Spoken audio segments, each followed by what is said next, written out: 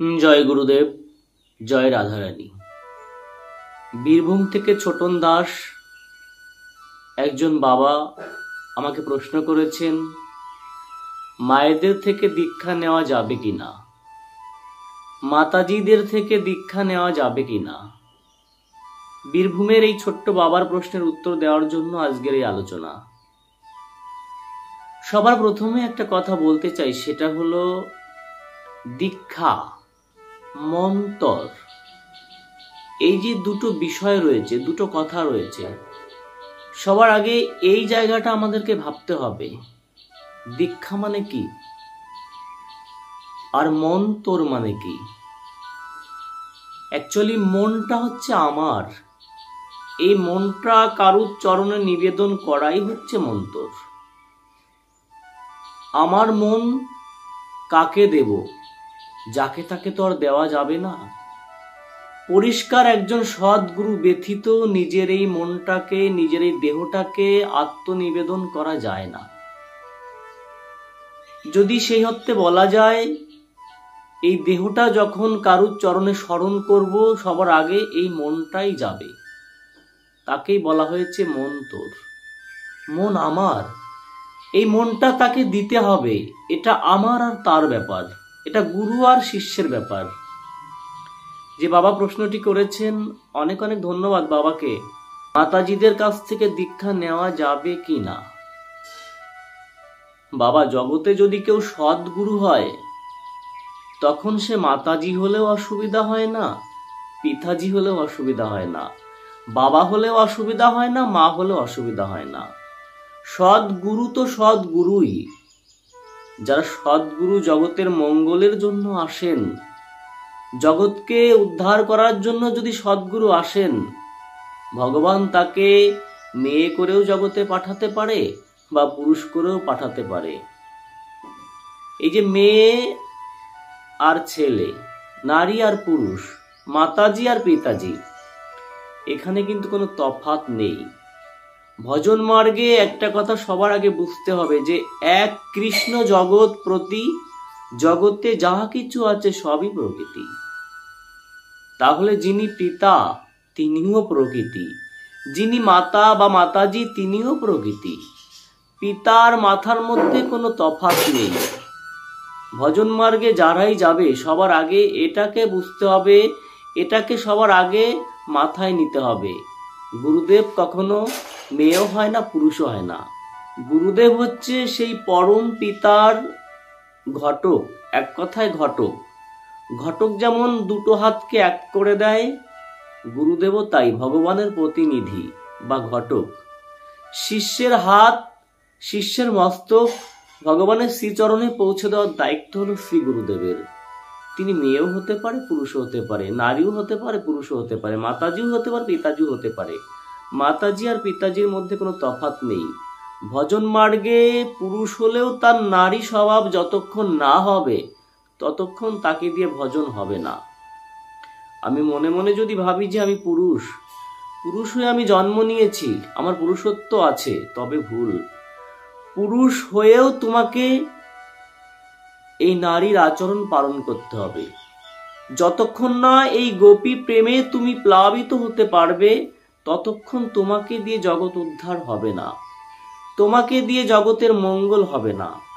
তাই যে বাবা আমাকে প্রশ্নটি করেছেন, সেই বাবাকে আমি একবারই বলবো, পিতা হোক মাতা হোক কোনো ব্যাপার নয়, গুরু তো গুরুই। স্বামী কৃষ্ণানন্দ মহারাজ যে একটা কথা বলেছিলেন, যখন সদ্গুরু খুঁজে বেড়াচ্ছিলেন, বিভিন্ন জায়গা সদ্গুরু খুঁজে বেড়াচ্ছিলেন, যখন সদ্গুরু পাচ্ছিলেন না, তখন মনে হচ্ছিল কি না, এই দেহটা আর রাখবো না, সদ্গুরুই যখন পাচ্ছি না। তিনি তখন ব্রহ্মকুণ্ডে ঝাঁপ দেওয়ার জন্য প্রস্তুতি হয়েছিলেন। ঠিক ব্রহ্মকুণ্ডে ঝাঁপ দেবে এমনও তো সময় দৈববাণী হলো, বলল কৃষ্ণানন্দ তুমি ফিরে যাও, তোমার জীবনের সদ্গুরু হচ্ছে শ্রী শ্রী মা আনন্দময়ী। আমরা অনেকেই এই আনন্দময়ীর গল্প জানি বা শুনেছি। সাক্ষাৎ মা পার্বতী সমতুল্য মা আনন্দময়ীর গল্প যদি কেউ জেনে থাকেন, জীবনী যদি কেউ জেনে থাকেন, তারা অবশ্যই তার সম্পর্কে জানেন। সেই মা আনন্দময়ী যখন কৃষ্ণানন্দকে দীক্ষা দিলেন, দীক্ষা দেওয়ার পরে তিনি সাক্ষাৎ বৃন্দাবনের রাধারানীকেও দর্শন করেছিলেন। যদি কেউ তার আশ্রমে যেতে চান, রানাঘাটে হিজুলিতে তার আশ্রম আছে, কৃষ্ণ কুটির। এখন তিনি দেহ রাখার পরে সেই আশ্রমটি দান করেছেন, সেটা কাঠিয়া বাবার একটা সম্প্রদায়ের কাছে দান করেছেন, যারা নিম্বার্ক সম্প্রদায়ে। এখন সেটাকে বলা হয় কাঠিয়া বাবার আশ্রম, কিন্তু সেটা এক সময় ছিল কৃষ্ণ কুটির। এই কৃষ্ণ কুটিরের যিনি প্রতিষ্ঠাতা স্বামী কৃষ্ণানন্দ মহারাজ, তিনিও কিন্তু মায়ের কাছে আশ্রিত ছিলেন, মাতাজির কাছে আশ্রিত ছিলেন। ছোট্ট একটা দৃষ্টান্ত বলছি। কোনো এক সময় মীরাবাই বৃন্দাবনে গিয়ে জীব গোস্বামীর সঙ্গে সাক্ষাৎ করতে চেয়েছিলেন। তখন জীব গোস্বামী বলেছিলেন, আমি 7টা পর্দার আড়ালে থাকি, আমি বাইরে যাই না, আমি কখনো নারীর মুখ দর্শন করি না। এই কথা শোনার পরে মীরাবাই বলেছিলেন, জগতে পুরুষ একজনই, সে হচ্ছে আমার গোবিন্দ, আর যাহা কিছু আছে সবই প্রকৃতি। উনি কোন দেশের পুরুষ যে নারীর মুখ দর্শন করে না? উনিও তো নারী। এই কথা বলা মাত্র আর এই কথা শোনা মাত্রই জীব গোস্বামী লুটিয়ে পড়েছিলেন মীরাবাইয়ের চরণে।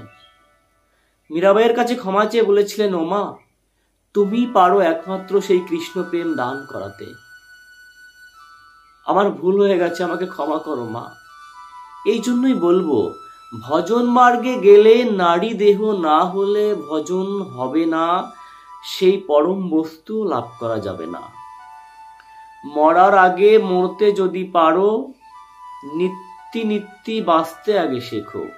এই বাঁচতে গেলেই তোমাকে 6টি রিপুকে বশ করতে হবে, কাম, ক্রোধ, লোভ, মদ, মোহ, মাৎসর্য। এই 6টা রিপুকে তোমাকে দমন করতে হবে।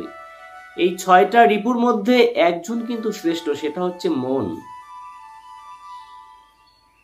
দেহের মধ্যে যে 10টা ইন্দ্রিয় আছে, 6টা রিপু আছে, এদের রাজা হচ্ছে মন। এই মনকে তুমি যে পথে পরিচালনা করবে, সেই পথেই কিন্তু যাবে। এই মনের দ্বারা যদি তোমার মধ্যে কামের উদয় হয়, তাহলে তুমি কামুক।